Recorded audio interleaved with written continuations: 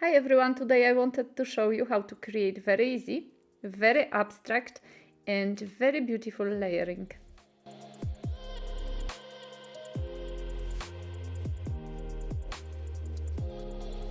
Welcome everyone, it's Asia Marquet here, Lemon Creation, and I'm working on my loose art journal pages today. This is a piece of watercolor paper, but it's a cheap watercolor paper, so I don't mind using it for my art journal pages. As you can see, I'm trying to organize myself. I thought I'm gonna start with golden absorbent ground, but I started with stamping because I want to add to the page a little bit of texture. So that's why I started with stamping to have a base, because if you add texture later, it's gonna be very hard for you to stamp properly. So for me, this is the base, the stamp I have from the set of my stamps Science I Don't Get, and I use VersaFine ink, which is a permanent ink. But you have to be careful that it dries, because otherwise you can make a little bit of mess because it's drying. You see what it's doing there to me? Like, I mean, the things are falling from my hands right and left all the time when I'm doing video. So coming back to the ink, you have to dry it before you add the wet mediums, because otherwise it may still run a little bit, because the VersaFine has a tendency to dry a little bit slower than, for example, Archival or StazOn. But it's it's much better maybe for, not maybe, I discovered that it's much better for more intricate stamps, so I use it quite a lot still. And I am adding a little bit of thread, because for this page I wanted to have this kind of line which goes through the middle and which is very textured. So that's why there is a stamp at the beginning, then I'm adding a little bit of absorbent ground, kind of gluing the thread to the absorbent ground. I don't need a glue really, because after drying it's gonna stay in place. And then using, using old brush to put it all together. And I'm cutting the thread in some places because I didn't like that it made this kind of infinity sign all over the page. I wanted it to be a little bit more haphazard. And as you can see, I kind of dabbed the page with the brush dipped in absorbent ground, because I want to have a texture. So that's the thing. And I'm staying more or less in this proximity of the line in the middle, but going a little bit on both sides diagonally also. If for those of you who still don't know what, or who don't know simply what absorbent ground is, it's kind of equivalent of gesso.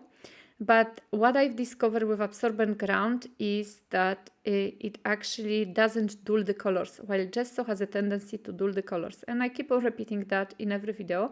And I'm not a big fan of gesso. I mean, gesso is cool, I'm not saying, but I like my colors nicely done. And because I am not very good at taking pictures, every time I use gesso on my projects, my pictures look kind of dull also, because the colors are not very bright.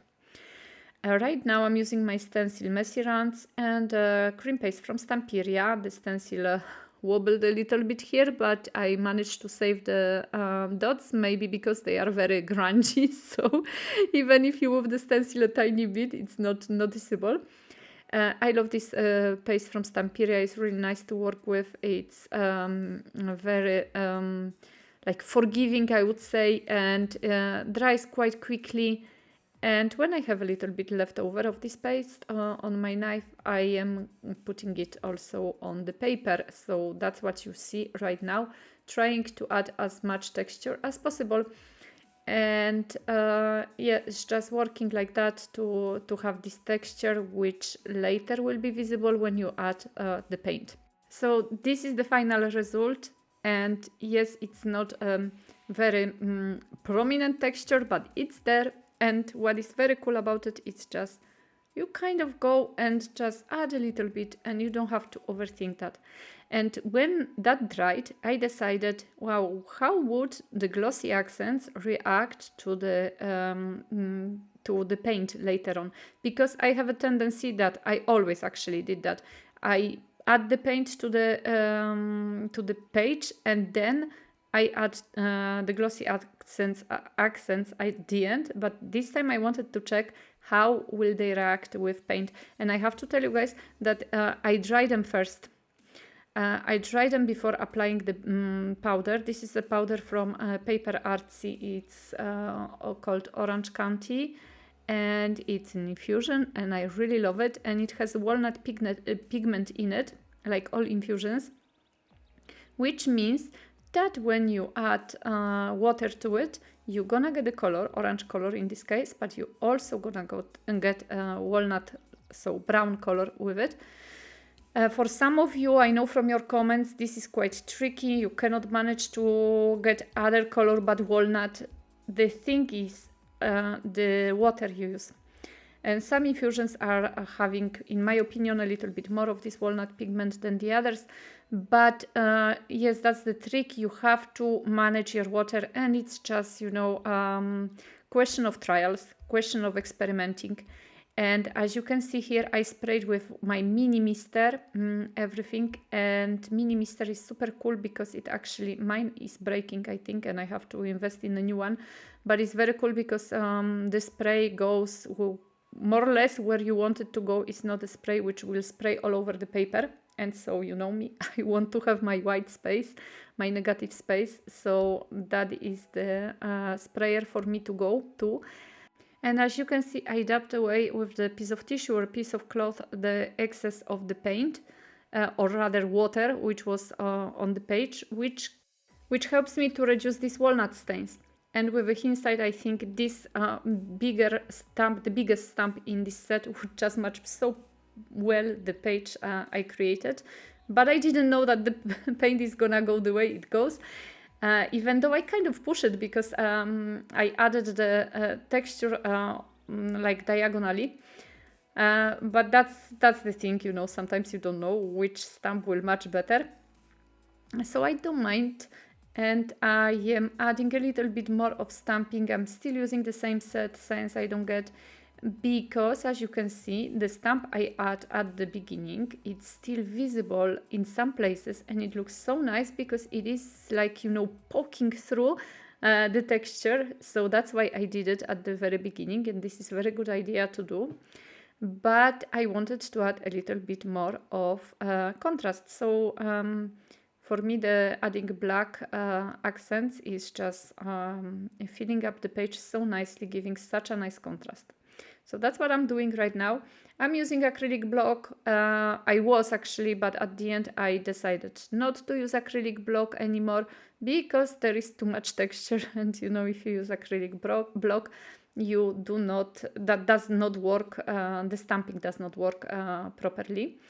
And I've noticed when I did that actually my big splash of glossy accents, which I've done before, it didn't completely dry inside, and when I was adding the paint and then drying it with the heat gun, it kind of got all wrinkled.